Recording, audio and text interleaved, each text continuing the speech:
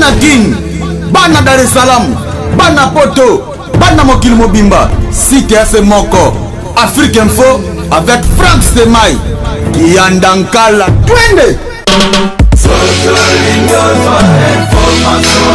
X-Bass, Marandura.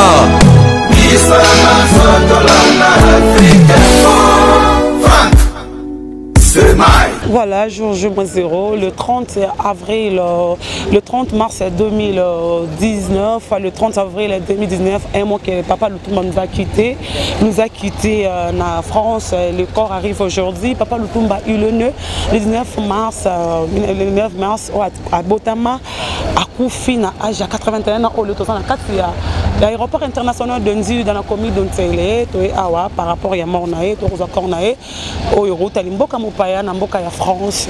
Papa Lutumba paye à son nom, l'artiste Oboyebi, poète Lutumba, le baobab de la musique congolaise, nous a quittés. Aujourd'hui, nous sommes là, la presse congolaise en général par rapport à Cornae. Je dis merci à tout le monde, Bazaki au cœur, merci la presse congolaise, merci le musicien pour l'organisation, merci tout le monde. Le corps arrive ce soir dans Air France, Papa Lutumba. Cornae, Zokoma Lelo dans l'avion Air France, au moment que tout ça déjà il y a la presse en général, il y aura aussi des musiciens, membres des comités Barozala, Kolongwa Awa, triomphal, et si l'artiste Way Ranson, Mutazo Banda Cancer Lelo, par rapport à Liwaya Papa Lutumba. Après, je pense directement au Kenya, na Morgan, il y a 5 containers. Papa Lutumba, bato bayebaki, azaki mota kome banze bobele, akoma ba maya, akoma ba obenit, plein de chansons l'artiste Papa Lutumba Saïla Bisso. Akei, moli monae pe manakimia Papa Lutumba, toromona elle soutenu par ba œuvre na yemo rabaki mo roku faka ke ko beta. Je pense que quoi que beta ki pe monima bomona ka l'artiste Papa Lutumba. Merci beaucoup. On est là pour voir arriver. Il y a nzoto ya moweyi, nzoto moweyi Papa Lutumba, moli monao ekende malam. Ok, mais l'artiste ne meurt. L'artiste a couvert. Mais ses œuvres, l'artiste ne meurt jamais. Par rapport à Makambo, à Saïla Bisso, Papa Lutumba a joué Belenzamba Pessier, Ming Trokomate, je pense, en 1900. Papa Lutumba, Zuyango, le Loako, la Saliming. Merci beaucoup. Donc, à parole, les autres, pour la grand frère qu'on a, M. Paulin Mukendi. Après, tu auras su, tu auras monté ça à interview. Ceux qui m'ont permis de faire ça, c'est parti.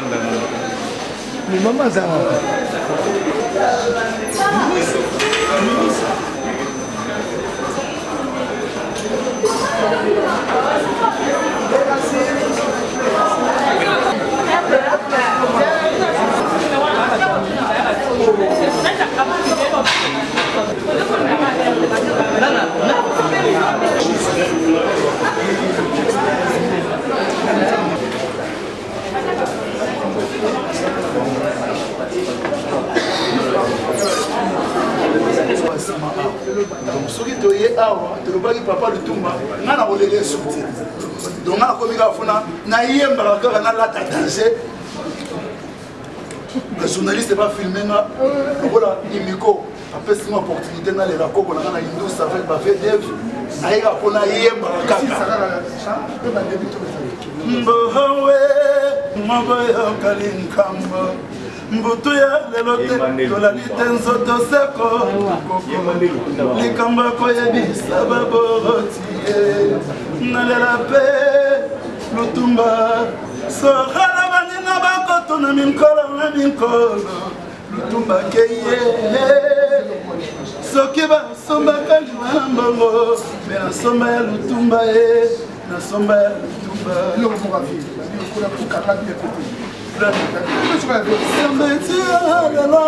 samedi ya makambo ngima ndoto na lotaki na butu nzoka ndoto ya bakiki masia wikela leloro wikela makambo ndoto na lotaki na butu lutumba azongisi molimo epai ya kolo lelo wana yokomi na pasi nga nazangi moye na yokotala adie lutumba donc oui donc PDG Verkis afutaki biso tous les musiciens Congo afutaki biso nanze mutembaki ya lutumba afutaki biso donc liste vient d'être dans la liste donc soki musicien moi ofinga papa Verkis na fashi ezala ba journaliste PDG Verkis nzembo ya chanson po bakonzi bapesaki afuti tous les musiciens soki de la part biso ti omoni na bawera na batutu na bapapa bafela na redi nanga moko pa tozia sosoli bata tozwi de la part te me botuna Paris Noël mbunda fiora na okafua na yaloba donc ye mpe azwaki yaye de la part donc biso tout donc tofuta donc tous les musiciens bafutaki bango donc merci na bakonzi ndenge baede matanga oyo à 100% tokotika bino pese donc message ezali na liyi bamama wana ya Leopoldville bamama wana ya ntango bapapa Verkis naza na posa na bango baya oyemba balela lutumba donc bambruye bango te donc liwa lutumba ezala mindondo te ezala babrutalité o te basoda bakanga bajournaliste te basoda bakanga bamusicien te basoda bakanga bapeuple toboyi basoda bozala kaka po mobulu ezala te me botika bato libre ata bamama na akanzako bamama namonaka na babemission balakisaka kuna bamama na baya oyemba baobina po esengo ya mwana donc yango wana donc lutumba nsima kokoko na nga batutu bayebake imiko président Verkis ya mwangana avec ce quota tosoki bate la part kuta signer biso ti contrat kuna mpo bamilitaire basofuta biso donc moto aloba soki de la part te na ofashe madepo PDG Verkis afuti tout le monde libata soso muselenge te pc yoka okuta aloba mabe na ofashe bamasa mosu ya bapresse ya bainternet bayebi na bango information te balobi fo mpona papa te papa limbisa bango azoki kota commission bamusicien azoki banzembo yaki asafuti biso na bamusicien oyo bakobeta baconseil basi bazwi déjà bande la part ona yoki kaka na komba pere na ngage Verkis agenus 600 francs PDG Verkis oyo oyebaka te na misiki ya kosala batutu abimisi bapapa oyemba abimisi baemenea abimisi babelabela ye moto abimisa batutu mais sikoyo na remarkake bakoma kobundisa pere nanga sa de savoir aliaka bambongo ya yoka non aliaka bambongo ya batutu attention PDG Verkis aliaka bambongo ya badroit na ye nina loba PDG Verkis abimisa badiske ebele aliaka bambongo ya badroit na ye tozala na baproducteur te ntango mobutu mener soit ndako soit salon bakiti mais comment va parler c'est là comment va zola na zola yo posa wa zola comment va zola na pena za wa comment va zola na bina za non amela c'est là yo kana te ba ko mo ko la na te wa zola et petit wa zola ndim utapesa wana père n'a même mené yoka n'a même mené ça m'a dit j'ai le déchet wa zola après c'est comment wa zola pour passer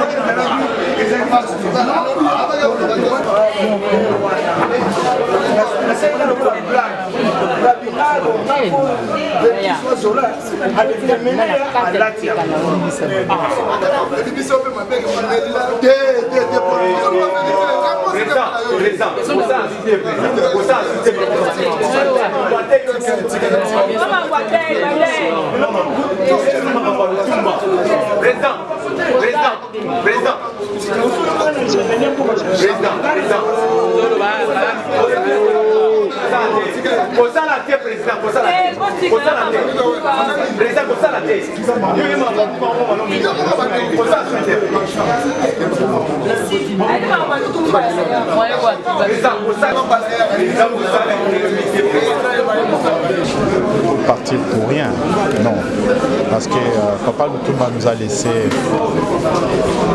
une bonne sémence.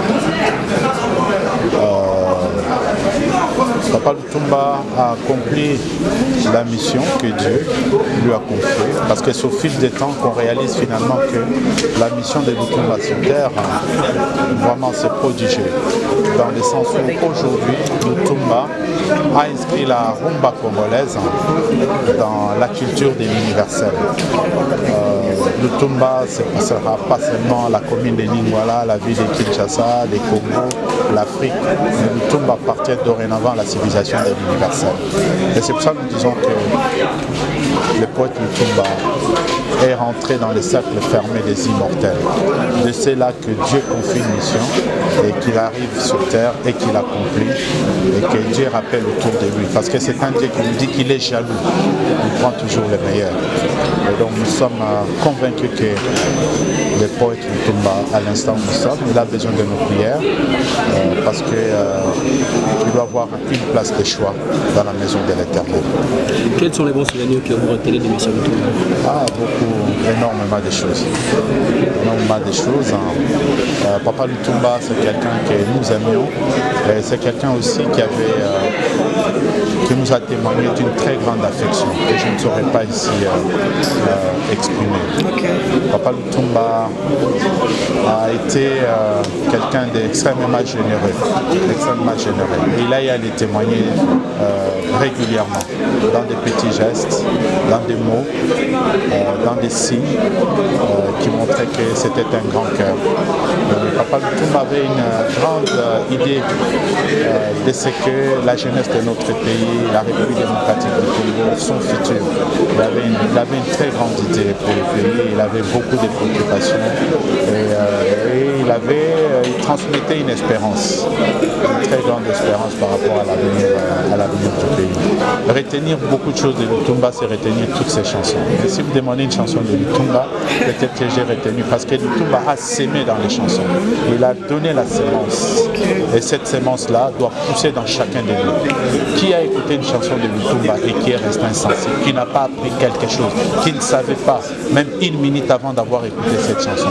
Dans chaque chanson de Lutumba, se fait une bibliothèque. Chaque chanson est une bibliothèque. Non, vous avez tiré une leçon de tous les jours, des sagesses de tous les jours, des très grandes sagesses de tous les jours.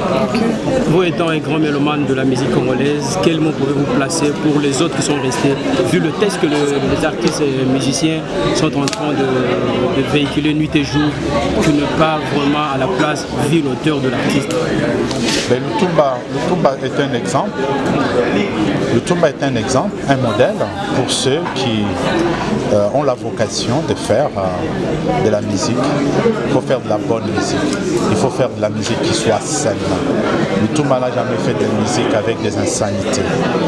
Il n'a pas fait la musique pour exciter à la violence, exciter comment je veux dire, au banditisme et autres. Il a fait une musique au fait. Lutumba, je l'ai dit aujourd'hui, que demain, si nous ne le faisons pas, d'autres le feront à notre place. Lutumba sera enseigné dans les écoles. Comme vous avez des maîtres en patéba, des personnes qui n'ont pas fait de très grandes études, mais qui sont restés, même jusqu'à la fin de leur jour, ambassadeurs de l'UNESCO. Il n'est pas exclu demain qui rentre dans le patrimoine de l'UNESCO par rapport à l'apport qu'il a fait. Il n'est pas exclu que les œuvres de Lutumba, traduites en français, en anglais, puissent demain justement intéresser les jurys du Nobel. Parce que Bob Dylan, qui a eu le prix Nobel de la littérature, il n'a pas eu parce qu'il a écrit des ouvrages, parce qu'il a écrit des chansons. Or, chaque chanson de Lutumba est une révélation culturelle. Et donc, l'œuvre commence seulement maintenant. L'œuvre commence seulement maintenant. Parce que très souvent, la célébrité vient quand vous n'êtes plus là. Et je pense que Lutumba, de tout point de vue, chacun de nous, au fil des temps, vivra effectivement cette reconnaissance universelle des lèvres, excusez-moi, des lèvres de Lutumba. Professeur Émile, est-ce que la dont nous appelons à perpétuer la mémoire de Lutumba, tous ceux-là puissent protéger les œuvres de Lutumba de manière à ce que la famille de Lutumba en premier en bénéficie, puisque d'une manière ou d'une autre, le pays, la RDC, en bénéficiera toujours. Ok, merci professeur. C'est moi, merci.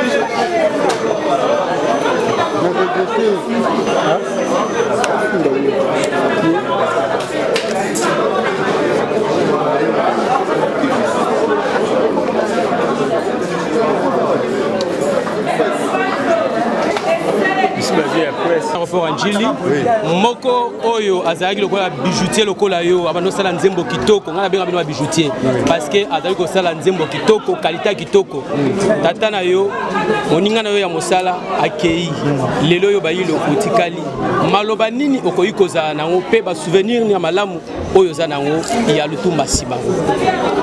Pour commencer, nous allons représenter la condoléance dans la famille biologique il y a Kouloutou Simaro Massia. En outre, je pense que Baoba allait à Baïbi, ni à Lubagi na Komonanga, na émission Belé à télévision. À Lubagi, il y a une émission à confrère, na mino problème au Kenya. Rédi Moko na Roku Fabo comme à Tabanze Monanga, Bocha na Babaf, le bâtonnier, on se bayoka. Donc, Bisso, famille à musicien, nous a éprouvé. Nous avons repéré Baobab na Bisso ya Munene. Oyo, Asala modèle pour na Bisso ba Oyo. Donc, je pense, nous y monté na Banze Monabisso.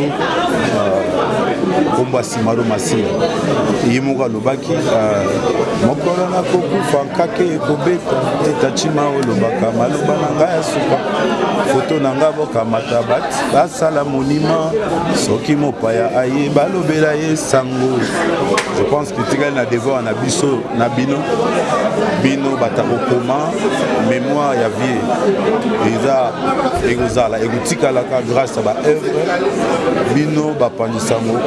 Boye bisaba leki baye sima simaro zalaki nani simaro salaka nini simaro za nani na mitu ya ba compositeur po bayebaki azalaki école modèle la jeune nyonso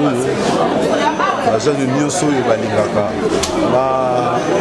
basala mosala malamu il faut bazwa modèle oyo Vessimalo Atikinaso. Voilà. Bailo quand au quota la inspiration, la composition, to landaka ba texte ezali to bien en dissertation. Na muto azali na bwana za maele nzemo ezali dissertation. Mais lelo ndenge ozotala évolution ya musique, polémique té, évolution ya musique, pe génération ezo ya simanayo. Parce que ozali na modèle, c'est ainsi ozali inspiré ozosala ba texte bien. Aujourd'hui baleki obazo ya simanayo. L'ité ya nini okoki ko talisa par rapport à ba texte parce que bozo vivre la planète moko. Comment cette inspiration là yo ezaka différent na ya ba. Ezaka comme choix. Choix de lo ba ke mutu mususu alingi moi c'est munene mususu alingi moi c'est muke. Déjà choix. Au que ça me fait. Choix pe ya mosala aujourd'hui au niveau thématique.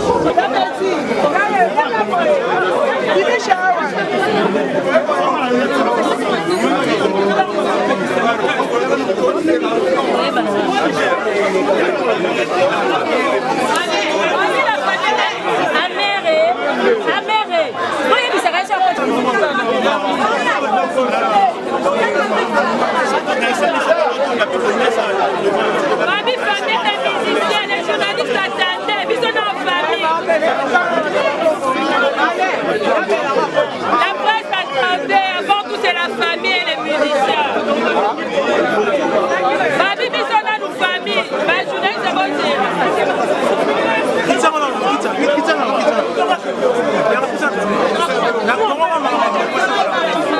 C'est patient, c'est pas moi. Tout le bateau le batté. Ceux qui ont lobé, tout le lobby. Et on va vivre comme la carte d'identité. Si on va journaliser la famille,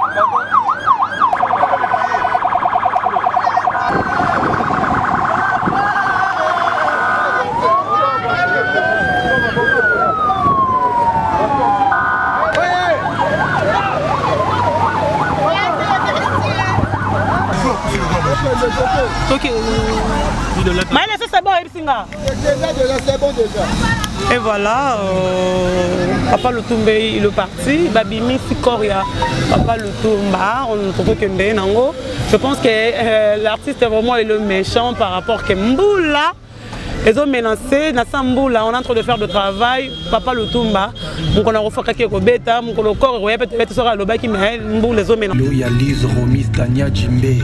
N'importe l'autre, moyo pas comment.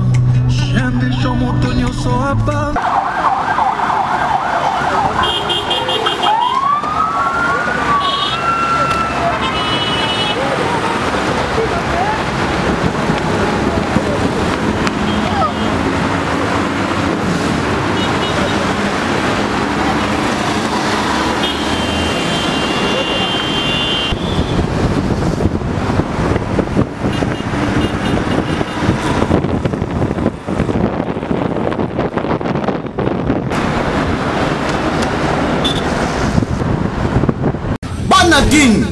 Bana Dar es Salaam, Bana Poto, Bana Mokil Mobimba, Cité AC Moko, Afrique Info avec Frank Stemai, Kiandankala, Twende.